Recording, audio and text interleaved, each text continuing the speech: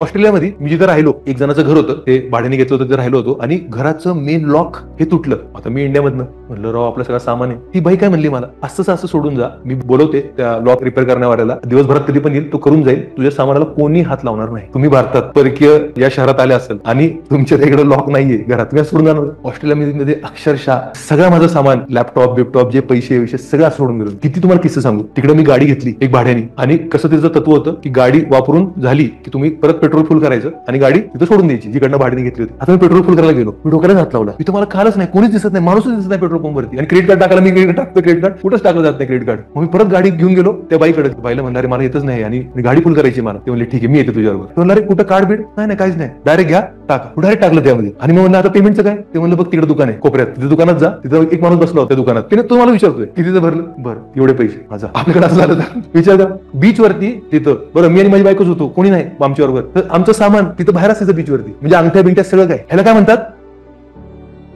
आणि तुमचा समाज हा प्रगतीवरती कधी जाणार जर समाजात काय आहे विश्वास.